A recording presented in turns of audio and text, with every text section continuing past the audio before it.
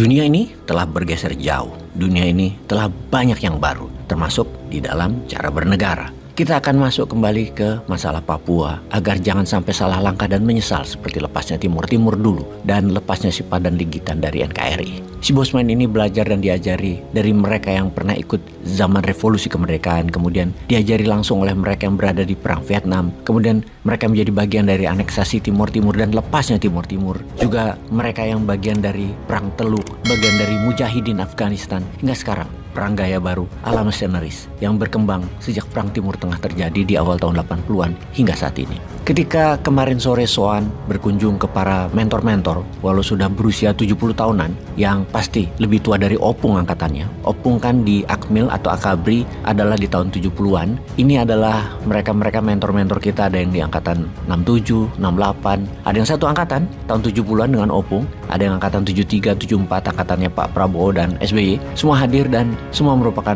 orang-orang senior sejak 30 tahun yang lalu sudah mengajari dunia shadow itu apa, dan mereka saat ini masih tajam dan sebagian bahkan masih mengajar di Lemhanas. Mereka lah yang berkesimpulan hati-hati dengan Papua. Missionaries di sana kalau sudah masuk itu bahaya. Para mentor senior tersebut, saya menyebut mereka dengan nama Las Mohican yang sangat mengenal dunia tentara bayaran tersebut, namun ada bentuk baru yang mereka pertanyakan, Wagner Group. Karena tepat 2 bulan yang lalu ketika data intelijen mengatakan ada missionaries di Papua, Bosman dengan tegas mengatakan pakai Wagner Group counternya. Menjelaskan Wagner memang rumit. Wagner Group bukan hanya PMC atau Private Military Company atau juga bukan seperti defense contractor seperti Northrop Grumman, Lockheed Martin, juga bukan seperti Triple Canopy yang merupakan private security company seperti Satpam, namun punya senjata dan pelindung, bahkan mampu menyerang sebuah wilayah yang dibentuk oleh veteran tentara pasukan khusus Amerika termasuk veteran Delta Force, Rangers, dan Navy Seals. Wagner Group berbeda. Wagner saat ini beroperasi di Ukraina sebanyak 50.000 orang, di Suriah 5.000 orang,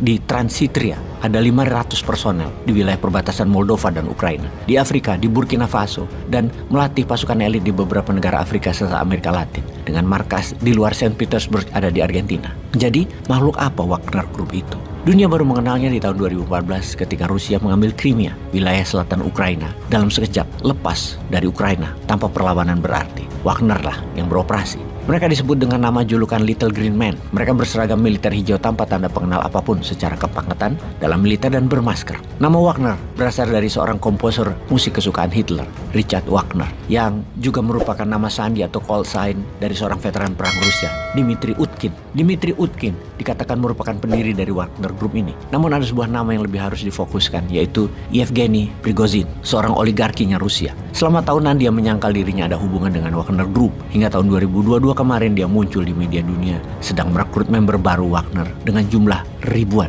Dia memimpin langsung perekrutan tersebut ke seluruh dunia. Wagner tentaranya bukan hanya orang Rusia, namun seluruh dunia, terutama mantan tentara elit sebuah negara. Wagner tidak pernah merekrut non-military person, kecuali baru-baru ini orang-orang penjara. Namun semuanya mereka yang rekrut adalah pasukan khusus, bahkan bukan dari tentara biasa, tapi semua dari pasukan khusus. Prigozhin akhirnya mengaku bahwa dia membiayai dan membangun Wagner Group di tahun 2014 beralamat di gedung mewah di Saint Petersburg sebagai perusahaan bisnis konsultan pertahanan bekerja sama atau bermitra dengan Kementerian Pertahanan Rusia. Lalu apa hubungannya Prigozhin dengan Putin? Ternyata mereka sudah berteman sejak tahun 90-an yang keduanya berasal di tempat yang sama, Saint Petersburg. Prigozhin kala itu adalah seorang penjual hotdog, kemudian memiliki beberapa restoran yang Putin merupakan salah satu pelanggan tetapnya. Ketika Putin menjadi orang tertinggi di Rusia, maka Prigozhin memiliki julukan baru, kokinya Putin, yang kemudian bukan hanya mengurusi makanan istana Putin, namun menjadi penyuplai makanan food supplier militernya Rusia. Semua ini awal dari kekayaan oligar Rusia ini yang menjangkau sampai dunia media di Rusia saat ini. Sejak tahun 2014, Wagner bukan hanya muncul di Crimea, namun berada di setidaknya 8 negara Afrika dan beberapa negara Amerika Latin seperti Venezuela sejak tahun 2019 untuk melindungi Presiden Venezuela Nicolas Maduro. Di Suriah, Wagner adalah pelindung personal Bashar al-Assad. Di Afrika dipakai melindungi pemimpin negara-negara Afrika yang lemah militernya, yang rawan dikudeta. Yang ditarget Wagner dalam kompensasinya adalah kekayaan alam wilayah negara yang dijaganya tersebut sebagai balasan perlindungan yang diberikan atau sebagai bagian dari operasi militer terselubung pemimpin negara tersebut. Tambang berlian, tambang minyak, sumber daya alam lainnya adalah yang dicari Wagner. Itulah bisnis modelnya Wagner, menukar perlindungan militer dengan sumber daya alam. Tentunya di belakang Wagner mengapa bisa kuat? Karena ada Putin dan seluruh kekuatan Putin di dunia, bukan hanya di Rusia, yang bisa dikatakan ada kepemilikan atau kekuatan Putin di dalam Wagner Group tentunya. Misalnya di tahun 2013 2017 Republik Afrika Tengah, di mana presidennya ketika itu Faustin Todera yang menghadapi pemberontakan di wilayah tambang berliannya. Rusia mengirim senjata dan mendeploy Wagner Group. Selesai semua pemberontakan dalam 1 tahun. Jadi bagaimana? Apa kita pengen tangan bersih di Papua? Ada Wagner Group tuh yang selalu disangkal Putin keberadaannya yang merupakan lawan berat Blackwater-nya Amerika.